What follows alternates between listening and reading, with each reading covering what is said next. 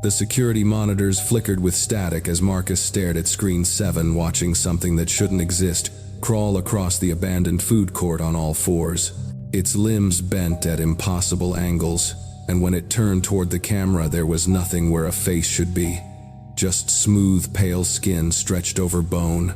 That was 3 hours ago. Now sitting in the cramped security office of Westfield Commons, Marcus could hear it scratching at the walls somewhere in the darkness beyond his door. The sound was rhythmic, deliberate, like fingernails dragging across concrete in a pattern that almost resembled Morse code. He'd taken this job because he needed the money. Simple as that. Night security at a dead shopping mall, what could go wrong?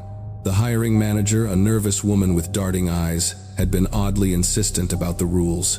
Never leave the security office between midnight and 6 a.m. Never investigate sounds from the upper level. And most importantly, never ever go into the old Spencer's store. The scratching stopped. Marcus held his breath, watching the monitors cycle through empty corridors lined with shuttered storefronts. JCPenney stood like a monument to better times, its entrance barricaded with plywood.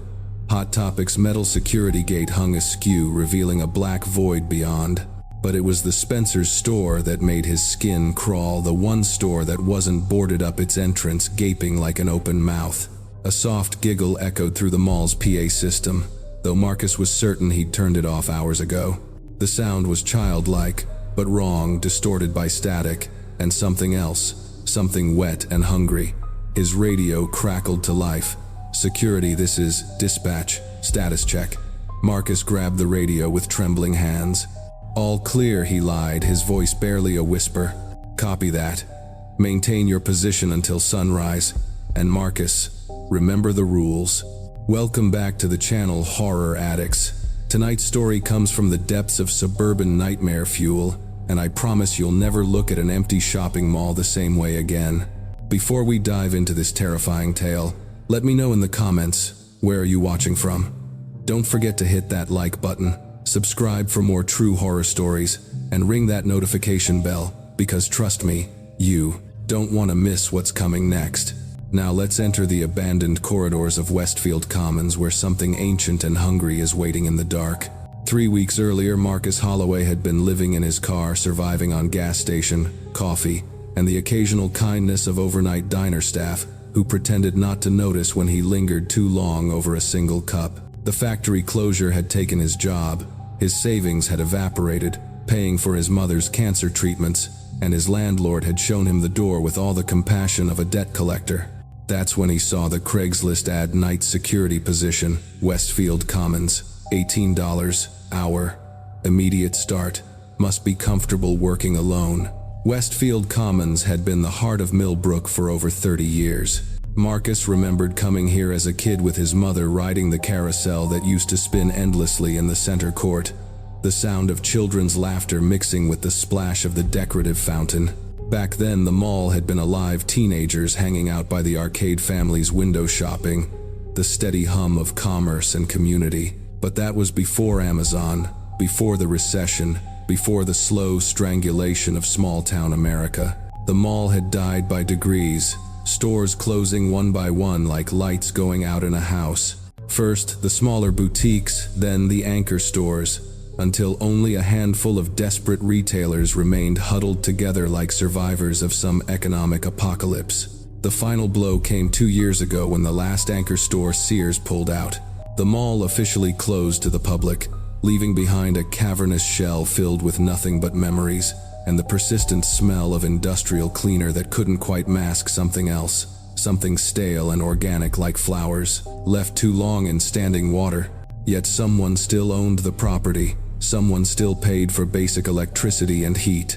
Someone still needed a night watchman to protect whatever assets remained in the echoing corridors of capitalist failure. Miranda Voss, the property management representative who interviewed him, met Marcus in the parking lot outside the mall's main entrance. She was a thin woman in her 50s with prematurely gray hair, pulled back in a severe bun, and eyes that seemed to constantly dart toward the darkened windows above them. "The position is straightforward," she'd explained, her voice crisp and businesslike despite the nervous energy radiating from her posture. 6 nights a week, midnight to 8 a.m. You monitor the security cameras, do hourly perimeter checks of the main level only, and document anything unusual in the logbook. She'd handed him a set of keys and a laminated card with 3 rules typed in bold red letters. Rule 1. Do not leave the security office between midnight and 6 a.m. under any circumstances. Rule 2. Do not investigate sounds or disturbances from the upper level. Rule 3. Under no circumstances are you to enter the former Spencer's Gifts location. Why these rules? Marcus had asked, but Miranda was already walking back to her sedan, calling over her shoulder. Follow them exactly, and you'll be fine. The last 3 security guards didn't, and she'd paused her hand on the car door. Well, they're no longer with us. The way she'd said it, no longer with us, had sent ice through his veins. But $18 an hour was $18 an hour, and sleeping in the mall's security office had to be better than sleeping in his car. He should have trusted his instincts. Marcus's first week passed without incident, unless you counted the way the fluorescent lights in Corridor C flickered in sequence, like some invisible presence was walking beneath them, triggering each sensor in turn, or the way the old fountain occasionally gurgled to life for exactly 37 seconds before falling silent again, despite having no power connection that Marcus could find. But those were old building quirks, he told himself. Electrical ghosts. Every abandoned structure had them. It was on his 8th night that things began to unravel. He'd settled into a routine by then. Arrive at 5 p.m., do a quick check of the security office equipment, then begin his first perimeter walk at exactly midnight. The route took him past the defunct Radio Shack, around the dead fountain in the center court, past the old arcade that still contained a few gutted game cabinets, and back to the security office. Simple, mundane, safe. But tonight felt different from the moment he unlocked the mall's entrance. The air seemed thicker, charged with the kind of electric tension that preceded thunderstorms. The usual sounds, the hum of the HVAC system, the distant whistle of wind through the building's gaps, seemed muted, as if the mall itself was holding its breath. Marcus made his way to the security office, a cramped room tucked between what used to be a Brookstone and a jewelry kiosk. The space contained a desk, a chair, a bank of 8 security monitors, and a coffee maker that looked like it predated the Clinton administration. A logbook sat open beside the monitors, its pages filled with entries from previous guards. October 3rd, 2:15 a.m. Strange sound from upper level. Followed protocol, did not investigate. JM. October 7th, 4:22 a.m. Fountain activated on its own. Stopped after 37 seconds as usual. JM. October 15th, 1:45 a.m. Movement on camera 6. Probably just shadows. JM. October 18th, 3:33 a.m. Sound from Spencer's, like someone crying. Did not investigate. JM. The final entry was dated October 20th. Can't do this anymore. Whatever's in here, it's getting stronger. JM. After that, the pages were blank until Marcus's own entries began. He settled into the desk chair and began his first hourly monitor sweep. Cameras 1 through 5 showed the expected emptiness, darkened storefronts, empty corridors, the occasional flutter of a loose banner or sign. Camera 6 covered the upper level, though. Marcus noticed the image quality was significantly degraded, filled with static and dark patches that seemed to move independently of any light source. Camera 7 focused on the center court and the old fountain. Camera 8 was positioned to watch the Spencer's store. Marcus paused on camera 8. The Spencer's storefront was different from the others. While most of the abandoned shops had been secured with metal gates or plywood, Spencer's remained completely open. The entrance yawned like a cave mouth, disappearing into blackness that the security camera's night vision couldn't penetrate. A soft sound echoed through the mall like wind chimes, but deeper, more resonant. Marcus checked the monitors again but saw nothing. He made a note in the logbook, 1:23 a.m., acoustic anomaly, source unknown. At 1 a.m. he did his first perimeter walk. The route took him through corridors that felt different in person than they appeared on the monitors. The abandoned storefronts seemed to press in on him, their dark windows like dead eyes. His footsteps echoed loudly in the space, accompanied by a softer sound, almost like a second set of footfalls, slightly out of sync with his own. Marcus stopped. The echo stopped. He took 3 quick steps. The echo took 4. His heart began to hammer as he turned in a slow circle, scanning the darkened shops around him. Nothing moved. Nothing stirred. But the feeling of being watched crawled over his skin like insects. When he reached the center court, the fountain was silent, its dry basin filled with leaves and debris that hadn't been there during his previous walks. In the dim emergency lighting, the decorative tiles around the fountain's edge seemed to form patterns, spirals, and symbols that hurt his eyes to look at directly. As he turned to head back toward the security office, Marcus heard it clearly this time, children laughing. The sound was coming from above, from the upper level that was strictly off limits. But it wasn't the joyful laughter of kids at play. This was wrong somehow, too sharp, too knowing, with an edge of hysteria that made his teeth ache. Marcus looked up at the darkened balcony that ringed the center court. For just a moment he could swear he saw small shapes moving in the shadows, but when he blinked, there was nothing. He hurried back to the security office, his hands shaking as he unlocked the door.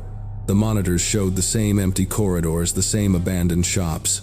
But when he looked at camera 7 focused on the center court he'd just left, the fountain was running. Water cascaded from the 3-tiered structure in a steady stream, catching the emergency lights and casting dancing shadows across the tiles. But Marcus had just been standing right there. The fountain had been dry, filled with debris. He grabbed the logbook and flipped through the previous entries more carefully this time. Every guard mentioned the fountain turning on by itself. Every guard mentioned sounds from the upper level. Every guard mentioned Spencer's, and every guard had eventually stopped writing entries. Marcus picked up his pen with trembling fingers.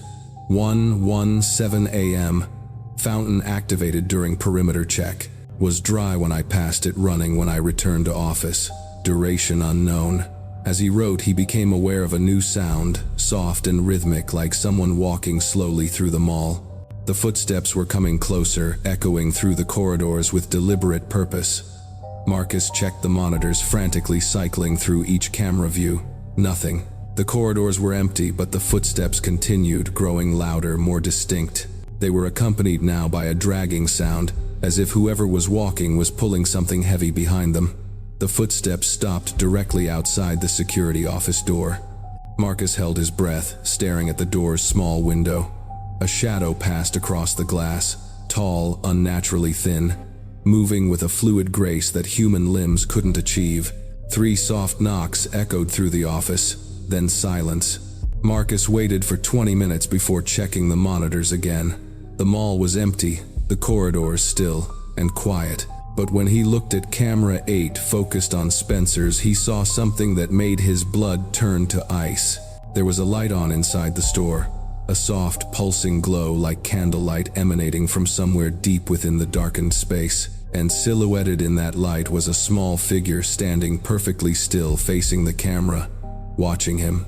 The childlike figure remained motionless on camera 8 for exactly 17 minutes.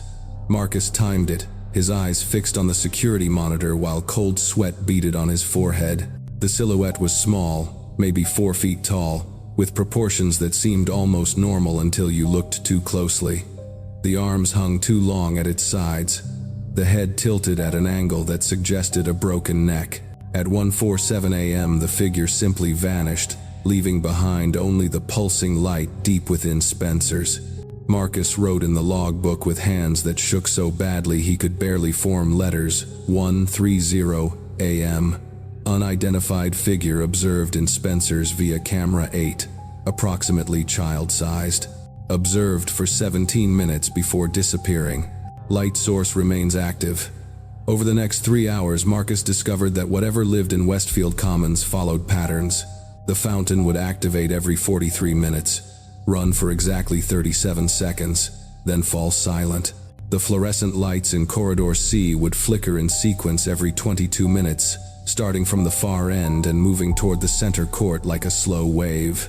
And every hour on the hour, the mall's PA system would emit a soft burst of static, followed by what sounded like a child's whisper, too distorted to understand but unmistakably human. But it was the sounds from the upper level that truly unnerved him. They began around 2:30 a.m., a soft scraping like fingernails on metal that moved slowly along the balcony, overlooking the center court. Marcus watched camera 6, but the upper level feed was so degraded with static that he couldn't make out anything definitive. Just shapes that might have been shadows or might have been something else entirely. The scraping was joined by other sounds, a rhythmic tapping like someone drumming their fingers against glass, soft footsteps that started and stopped at random intervals, and underneath it all a low humming that seemed to vibrate through the building's structure itself. At 3:33 a.m. and Marcus noted the time matched one of the previous guard's entries, crying began to echo from Spencer's. It was the sound of a child in distress, heartbroken sobs that pulled at something deep in his chest. Every instinct screamed at him to investigate, to help, to do something other than sit in this cramped office and listen to a parent's suffering. But he remembered Miranda's warnings. He remembered the way she'd said the previous guards were no longer with us. The crying continued for 8 minutes, then stopped abruptly as if someone had simply switched it off. Marcus's radio crackled. "Security, this is dispatch. Status check." He grabbed the radio, grateful for any human contact. "This is Marcus. All clear. Copy that. You're doing great, Marcus. Just remember, stick to the protocols. Don't let curiosity get the better of you." The sounds, Marcus whispered into the radio. The crying. "What is this place?" Static filled the channel for nearly a minute. Then, "Some things are better left undisturbed, Marcus. The job pays well for a reason. Sunrise is only 3 hours away." The radio went dead. Marcus stared at the monitors, trying to process what he'd just heard. The dispatcher knew about the sounds. They all knew. This wasn't some supernatural secret, it was company policy. On camera 7, the fountain had activated again, but this time something was different. The water running from the tiers wasn't clear, it was dark, viscous, with an oily sheen that reflected the emergency lighting in unnatural colors. And floating in the basin were objects that looked disturbingly like children's toys. A teddy bear missing its head, a doll with no eyes, building blocks arranged in patterns that hurt to look at directly. The crying from Spencer's started again, but now Marcus could hear something else underneath it. Adult voices whispering in unison, speaking words in a language that predated human civilization. The whispers grew louder, more insistent, and Marcus realized with growing horror that they weren't coming from the PA system. They were coming from directly above him. He looked up at the office ceiling. Soft scratching sounds accompanied the whispers, as if multiple sets of fingernails were dragging across the tiles above his head. Dust drifted down from the ceiling tiles in small streams, disturbed by whatever was moving up there. Marcus grabbed his flashlight and stood up, pointing the beam at the ceiling. For a moment the scratching stopped, then it resumed with renewed intensity, moving in a circle directly above his position, round and round like some obscene dance. Camera 6 suddenly cleared the static, disappearing to reveal the upper level in sharp detail. Marcus nearly dropped his flashlight as he saw them, dozens of small figures standing along the balcony, railing, all facing down toward the security office. They were children, or had been once. Their clothes were from different eras. Victorian dresses, 1,950 seconds. Play clothes, modern t-shirts and jeans. But their faces were wrong. Smooth and blank like unfinished sculptures. No eyes, no mouths, just pale expanses of skin stretched over bone.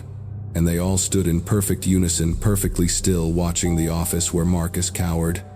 The whispers above his head grew louder, more urgent. The ceiling tiles began to bow downward, as if under tremendous weight. Cracks appeared in the corners, spreading across the surface like a spider web. Marcus backed toward the door, his breath coming in short gasps. The radio crackled again. "Marcus, whatever you're thinking of doing, don't. Stay in the office. Do not leave the office." But the ceiling was starting to give way. Tiles crashed to the floor, revealing a darkness above that seemed to move and breathe. Something pale and glistening began to emerge from the hole, an arm elongated and wrong, reaching down toward him with fingers that were too long, too sharp.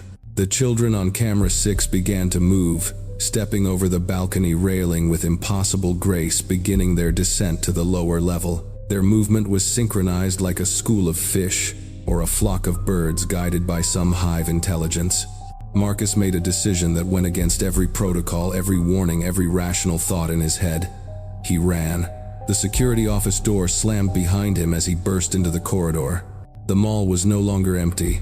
Shadows moved in every storefront, shapes that scuttled and crawled and walked upright in ways that defied anatomy. The fluorescent lights strobed frantically overhead, casting everything in alternating moments of harsh visibility and absolute darkness. Behind him, Marcus heard the security office being torn apart. Metal screamed, glass shattered, and something roared with a voice like breaking stone. He ran toward the main entrance, his footsteps echoing through the corridors like gunshots. But as he rounded the corner, he saw them, the children from the upper level, standing in a perfect line across his path. They faced him with their smooth, featureless faces, their heads tilting in unison like curious birds. Marcus skidded to a halt, his heart hammering against his ribs. Slowly, the children began to raise their hands, and Marcus saw that their fingers ended not in fingernails, but in sharp points that gleamed like polished metal. To his left was J.C. Penney, its entrance blocked by plywood. To his right was Hot Topic, its security gate hanging askew. And straight ahead, past the line of impossible children, was Spencer's, the forbidden store that called to him with a light that pulsed like a heartbeat. The children began to walk toward him, their movement perfectly coordinated, perfectly silent. Marcus had three choices: face whatever was in the destroyed security office behind him, try to break through the line of advancing children, or enter the one place he had been absolutely forbidden to go. The light in Spencer's pulsed brighter, and for just a moment Marcus could swear he heard a voice calling his name from deep within the store. It was a child's voice, but warm and human and desperate. Real. The children were only 10 feet away. Now their pointed fingers extended toward him like the teeth of some great machine designed to shred and tear. Marcus made his choice. He turned right and ran straight into Spencer's gifts, plunging into the pulsing light and whatever waited for him in the darkness beyond. Behind him, the children's smooth faces opened into mouths full of grinding metal teeth, and they began to scream. The interior of Spencer's defied every law of physics Marcus thought he understood. From the outside, the store had appeared to be the same modest size as every other shop in the mall, maybe 30 feet wide, 50 feet deep. But as he stumbled through the entrance, the space opened up into something vast and impossible, stretching away into darkness that seemed to swallow his flashlight beam. The pulsing light that had drawn him in emanated from somewhere far ahead, casting twisted shadows on walls that curved and bent in ways that made his eyes water. The floor beneath his feet felt wrong, soft and yielding, like walking on skin rather than tile. With each step, he could swear he felt a pulse, as if he was moving through the circulatory system of some enormous organism. Behind him, the children's metallic screaming grew fainter, though he couldn't tell if that was because of distance or because the store itself was dampening the sound. The temperature had dropped 20 degrees since he'd entered, and his breath came out in visible puffs that hung in the air longer than they should. "Hello," Marcus called out, his voice echoing strangely in the impossible space. "Is someone there? I heard you calling." The pulsing light ahead of him quickened like an excited heartbeat, and a child's voice drifted back to him. "Help me, please. They won't let me leave." Marcus moved toward the voice, his flashlight revealing glimpses of the store's original fixtures, twisted into nightmare configurations. Display racks had grown into the walls like metallic bones. Cash registers sat atop pedestals of what looked like fossilized flesh. And everywhere scattered across the yielding floor were children's toys, but wrong, corrupted versions. Dolls with too many eyes, stuffed animals with human teeth, board games whose pieces moved on their own. "Where are you?" Marcus called. "The back," the voice replied, and now Marcus could tell it belonged to a little girl, maybe 7 or 8 years old, behind the poster wall. "But be careful, they don't want you to find me." As if summoned by her warning, shapes began to emerge from the darkness on either side of Marcus. They weren't the smooth-faced children from the balcony. These were different, more grotesque. Former customers and employees, he realized, people who had ventured into Spencer's and never left. Their bodies had been changed, elongated and twisted, with extra limbs sprouting from impossible angles, and faces that had melted and reformed into expressions of perpetual agony. They moved with the shambling gait of sleepwalkers, their eyes fixed on Marcus with a hunger that went beyond physical need. These things were starving for something deeper, for life, for warmth, for the spark of humanity that Marcus still carried. "Don't look at them directly," the girl's voice warned. "They feed on attention. Just keep walking toward my voice." Marcus forced himself to stare straight ahead, though his peripheral vision caught glimpses of the corrupted forms closing in around him. Their breathing was wrong, too loud, too wet, like the sound of drowning played in reverse. Hands that ended in too many fingers reached for him, stopping just short of touching his skin, as if some invisible barrier protected him. The pulsing light grew brighter as he approached what should have been the back wall of the store. Instead, he found himself facing a massive display of blacklight posters, the kind Spencer's had been famous for. But these images moved and shifted, depicting scenes that changed based on the angle of observation. A peaceful forest became a graveyard. A sunset became an explosion. A family portrait became something unspeakable. Behind the third poster from the left, the girl's voice called, "Hurry, the protection won't last much longer." Marcus reached for the poster, a neon-bright image of a unicorn that kept morphing into something with too many horns and eyes like wounds. As his fingers touched the surface, it rippled like water, and he realized it wasn't a poster at all, but some kind of dimensional barrier. He pushed through and found himself in a small, normal-looking space that could have been the original store's storage room. Sitting in the corner, hugging her knees to her chest, was a little girl in a yellow sundress. She looked completely human, completely normal, except for her eyes. They held the weight of decades, maybe centuries. "You shouldn't have come here," she said, though her voice carried relief. "But I'm so glad you did. I've been alone for so long." "What is this place?" Marcus asked, kneeling down to her level. "What are those things out there?" Westfield Commons was built on top of something older, she explained. Something that was already here, already hungry. The mall was supposed to contain it, to feed it just enough to keep it satisfied. But when the stores closed, when the people stopped coming, it got hungrier, Marcus finished. The girl nodded. "The children you saw, they're not real. They're echoes, memories of kids who got lost here over the years. The things that used to be people, they're the ones who came looking for answers, like you. Like the security guards." Outside the small space, Marcus could hear the corrupted forms pressing against the barrier, their inhuman voices rising in a chorus of need and rage. "There's a way out," the girl said, standing up and taking his hand. Her touch was ice cold but reassuringly solid. "But you have to trust me, and you have to promise to do exactly what I say. The thing that lives here, it's not evil exactly. It's just old and hungry and tired. It wants to sleep, but it can't until it's fed properly." "Fed what?" The girl looked up at him with those ancient eyes, and Marcus felt his blood turn to slush as she smiled. "A willing soul, someone who chooses to stay, who offers themselves freely. It hasn't had one of those in, about 30 years. Since the last time someone came into Spencer's trying to save a little girl." The barrier began to crack, letting in tendrils of the pulsing, unnatural light. Marcus stared at the girl, understanding, flooding through him like ice water. "You're not a victim. You're the bait." "I was a victim," she said softly, her small hand still gripping his with supernatural strength. 30 years ago, I was 7 years old when I got separated from my mom during the Christmas shopping rush. I wandered into Spencer's and, well, you can guess the rest. But I made a choice. I chose to stay, to feed it, to keep it satisfied. And for 30 years it worked. The cracks in the barrier were spreading, and through the gaps Marcus could see the corrupted forms pressing closer, their hunger palpable. The girl, who had once been 7 but now carried decades of accumulated knowledge and pain, continued her explanation with the matter-of-fact tone of someone who had long ago accepted an impossible situation. "The thing beneath the mall doesn't want to hurt people," she said. "It just wants to exist.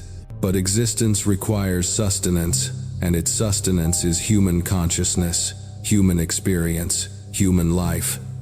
One willing sacrifice every generation keeps it fed enough to sleep peacefully.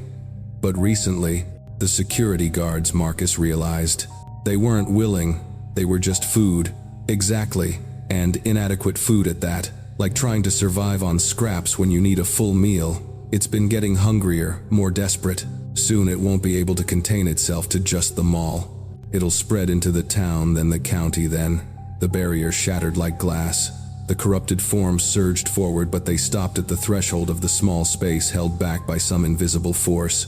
Marcus could see them clearly, now twisted amalgamations of human and something else, their faces frozen in expressions of perpetual torment.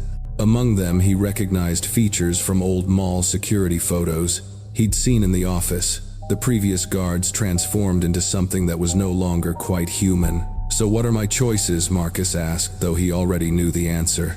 The girl smiled sadly. "You can try to run. Some people make it out of the mall, though they're never quite the same afterward. They carry a piece of this place with them forever, and eventually it calls them back. Or I can choose to stay. One willing soul every generation. It's not a bad existence, Marcus. Time moves differently here. You don't age, don't hunger, don't feel pain. You just exist. And you help maintain the balance, help keep the thing below satisfied and sleeping."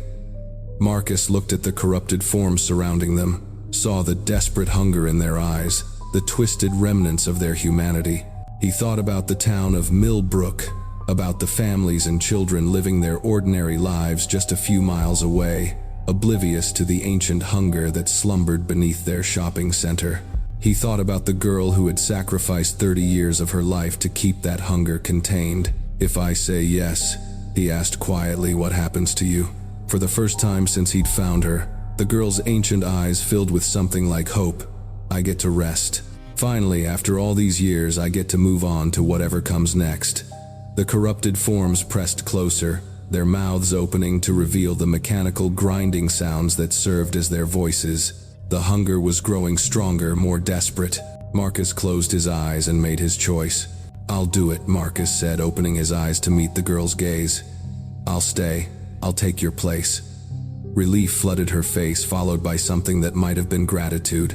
"Thank you," she whispered. "You don't know what this means. 30 years of watching, waiting, maintaining the balance. I'm so tired." Marcus nodded, feeling a strange sense of peace settle over him.